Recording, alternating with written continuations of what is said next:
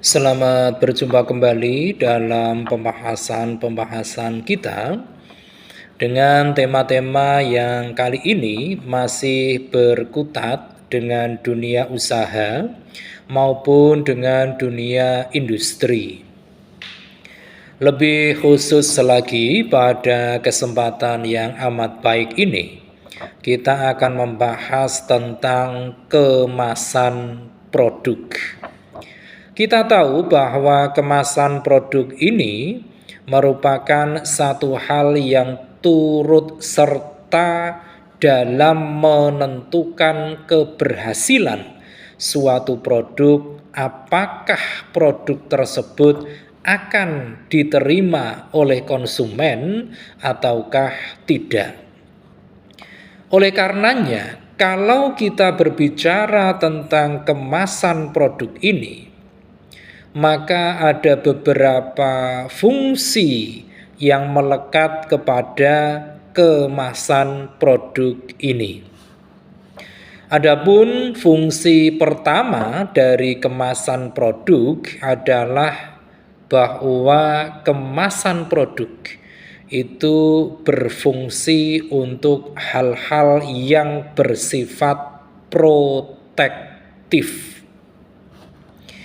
Fungsi protektif ini mengandung makna bahwa kemasan difungsikan sebagai pelindung dan juga aspek-aspek keamanan produk dari hal-hal yang dapat merusak produk-produk itu sendiri. Seperti misalnya hal-hal yang dapat merusak produk itu adalah iklim, kemudian ada bakteri, ada juga debu dan sebagainya. Dengan adanya kemasan ini, maka diharapkan akan dapat meminimalisasikan berbagai kerusakan dan resiko akan terjadinya kecacatan pada suatu produk. Ini adalah fungsi yang pertama dari kemasan produk. Kemudian fungsi yang kedua adalah fungsi kemasan produk dalam hal promosional. Untuk fungsi promosional ini, fungsi dari kemasan produk terdiri dari beberapa hal yang lebih spesifik lagi. Yaitu yang pertama adalah sebagai self-service, di mana untuk fungsi self-service ini, kemasan produk memiliki fungsi untuk menegaskan ciri khas dari suatu produk yang hendak dijual. Ini fungsi self-service yang masih masuk dalam kategori fungsi promosional. Kemudian fungsi promosional yang kedua yaitu fungsi sebagai innovation opportunity, yang mana kemasan produk ini akan memberikan manfaat bagi konsumen sekaligus akan menguntungkan bagi perusahaan. Nah, dengan kemasan yang memiliki ataupun mengandung tingkat inovasi yang tinggi, maka produk tersebut tentu akan menciptakan peluang-peluang di mana produk-produk tersebut akan secara otomatis membangun suatu image bahwa produk-produk tersebut dihasilkan oleh perusahaan yang memiliki inovasi tinggi. Ini yang kedua. Kemudian fungsi promosional yang ketiga dari sebuah kemasan produk adalah fungsinya sebagai consumer affluence, di mana dalam hal ini konsumen akan bersedia ataupun tidak berkeberatan untuk membayar lebih mahal suatu produk manakala produk yang ditawarkan itu mengandung berbagai unsur, yaitu unsur kemudahan, kemudian unsur penampilan, kemudian juga unsur prestis, serta hal-hal lain yang merupakan keunggulan-keunggulan dari kemasan produk yang dihasilkan oleh perusahaan. Kemudian yang keempat, masih termasuk dalam fungsi promosional, bahwa kemasan produk itu juga berfungsi sebagai company and brand image. Dalam fungsinya sebagai company and brand image ini, kemasan itu merupakan identitas perusahaan agar lebih dikenal oleh masyarakat tentang perusahaan tersebut dengan produk-produknya. Ini adalah 4 fungsi yang masih masuk dalam fungsi promosional dari kemasan produk. Nah, kalau kita berbicara tentang kemasan produk ini, maka ada klasifikasi tertentu dengan berdasarkan ataupun mengacu pada berbagai hal. Yang pertama, apabila kita mengacu kepada struktur isi, maka kemasan produk ini diklasifikasikan menjadi beberapa kelompok. Klasifikasi yang pertama, apabila kita mengacu kepada struktur isi, maka kelompok ini ataupun yang pertama adalah kemasan primer, di mana kemasan primer ini merupakan bahan ataupun kemasan yang langsung mewadahi produk-produk yang dikemas.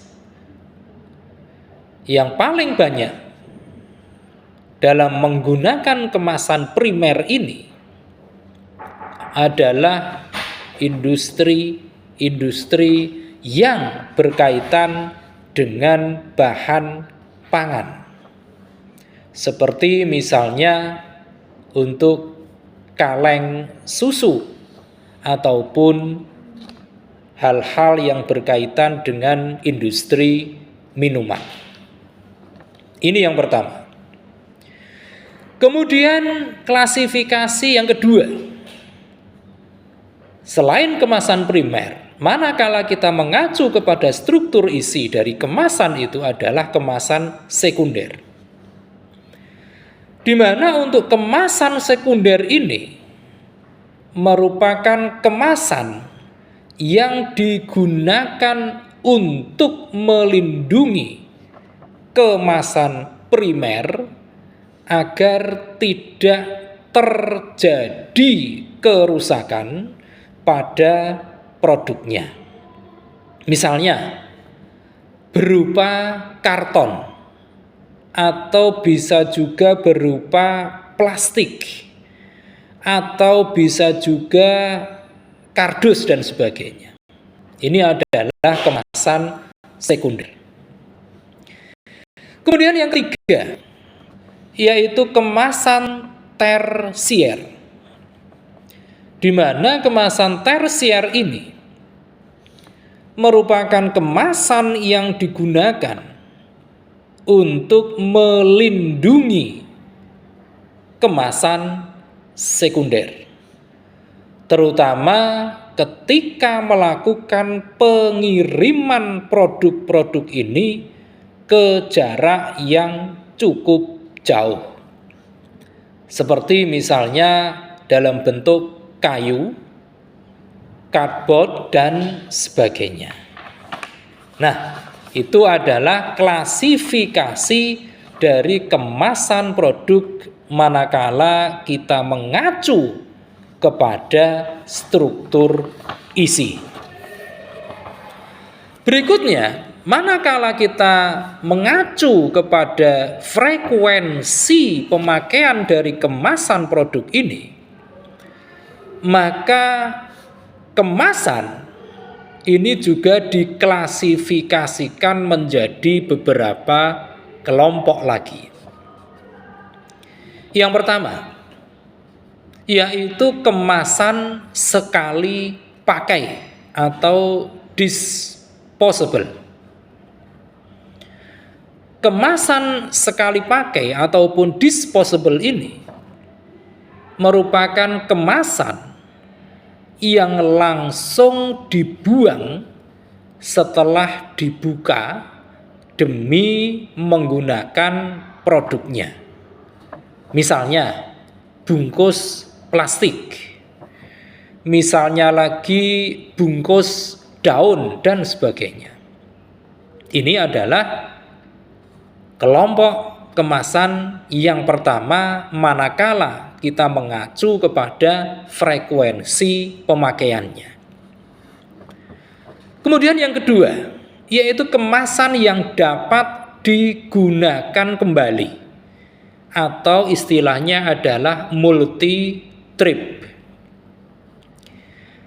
Kemasan ini atau kemasan yang dapat digunakan kembali ini biasanya tidak dibuang langsung oleh konsumen, tetapi akan digunakan kembali oleh konsumen tersebut.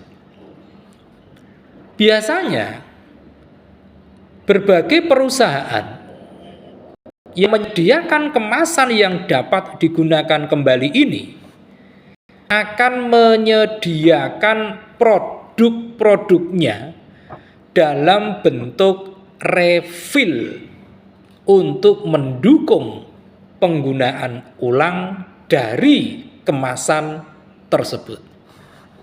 Misalnya saja botol minuman, kemudian ada lagi botol pembersih lantai, atau juga bagi ibu-ibu sangat akrab dengan botol kecap dan sebagainya. Ini adalah kelompok yang kedua. Kemudian yang ketiga, yaitu kemasan yang tidak dapat dibuang, atau istilahnya adalah semi disposable, di mana kemasan ini biasanya akan digunakan kembali untuk kepentingan lainnya. Di dalam kemasan ini, perusahaannya sebagai penyedia barangnya jarang menyediakan produk dalam bentuk refill untuk produk-produk yang sama. Misalnya, kaleng biskuit yang dapat digunakan kembali sebagai tempat makanan selain biskuit. Nah, ini masuk dalam kelompok kemasan yang tidak dapat dibuang atau semi disposable. Nah, ini adalah klasifikasi kemasan manakala kita mengacu kepada frekuensi pemakaiannya. Dan apabila kita mengacu kepada tingkat kesiapan pemakaiannya, kemasan pun masih dikelompokkan menjadi beberapa. Di antara kelompok-kelompok kemasan tersebut, apabila kita mengacu kepada tingkat kesiapan pemakaiannya, yang pertama adalah kemasan siap pakai, di mana kemasan siap pakai ini merupakan kemasan yang memiliki bahan kemas untuk siap diisi dengan bentuk yang lebih sempurna. Terutama ini setelah keluar dari pabrik. Seperti tentang ada produk dalam bentuk kemasan botol maupun kaleng. Ini adalah kemasan siap pakai. Kemudian yang kedua yaitu kemasan siap dirakit. Kemasan siap dirakit ini merupakan kemasan yang masih membutuhkan proses perakitan sebelum diisi dengan produk-produk seperti misalnya kaleng yang masih dalam bentuk lempengan dan juga silinder fleksibel. Nah, ini adalah beberapa klasifikasi kemasan manakala kita menilai ataupun mengacu dari beberapa sudut pandang ataupun aspek.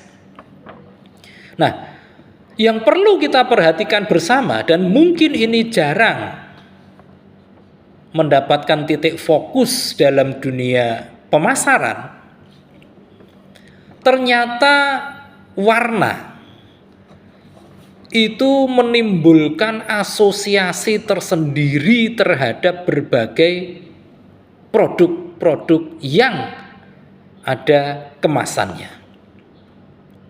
Nah, asosiasi warna ini akan dapat diterapkan pada kemasan-kemasan produk sesuai dengan karakteristik dari produk-produk yang dikemas. Sebagai contoh, yang pertama, warna merah. Warna merah ini sering diterapkan dalam kemasan produk karena warna merah ini sangat menarik perhatian konsumen. Warna merah ini menyimbolkan intensitas rasa. Misalnya saja panggang, pedas, panas, dan sebagainya. Atau kekayaan rasa buah. Misalnya stroberi, cherry, apel, dan sebagainya. Ini warna merah. Kemudian warna ungu. Untuk warna ungu ini biasanya digunakan untuk kemasan-kemasan produk dan mengkomunikasikan rasa buah beri. Seperti halnya anggur dan blueberry. Kemudian warna oranye. Warna oranye ini dapat mengkomunikasikan merek yang kuat dan energi yang full untuk informasi akan rasa segar, pedas, ataupun yang menyimbolkan unsur-unsur buah-buahan. Ini warna oranye. Kemudian warna hijau. Warna hijau ini biasanya digunakan untuk melambangkan rasa mint, asam, apel, ataupun jeruk nipis. Akan tetapi warna hijau ini juga akan dapat menandakan bahwa produk-produk yang dikemas dengan warna hijau ini adalah produk-produk yang bermanfaat bagi kesehatan. Ini warna hijau. Kemudian ada lagi warna kuning. Warna kuning ini dapat menstimulasi mata sehingga akan sangat menarik perhatian dari konsumen. Dalam produk-produk makanan, warna kuning ini sering digunakan untuk mengkomunikasikan adanya rasa jeruk atau adanya kandungan mentega di dalam produk-produk makanan tersebut. Demikianlah pembahasan singkat kita kali ini tentang kemasan produk. Mudah-mudahan ini akan semakin memperkaya wawasan kita guna mendukung keberhasilan bisnis kita. Terima kasih atas perhatian Anda semua, dan kita akan melanjutkannya dengan membahas berbagai tema yang tidak kalah menariknya pada sesi-sesi berikutnya. Jangan lupa, setelah menyaksikan tayangan ini, silakan klik di layar Anda untuk like, komen, share, dan tentu saja jangan lupa subscribe.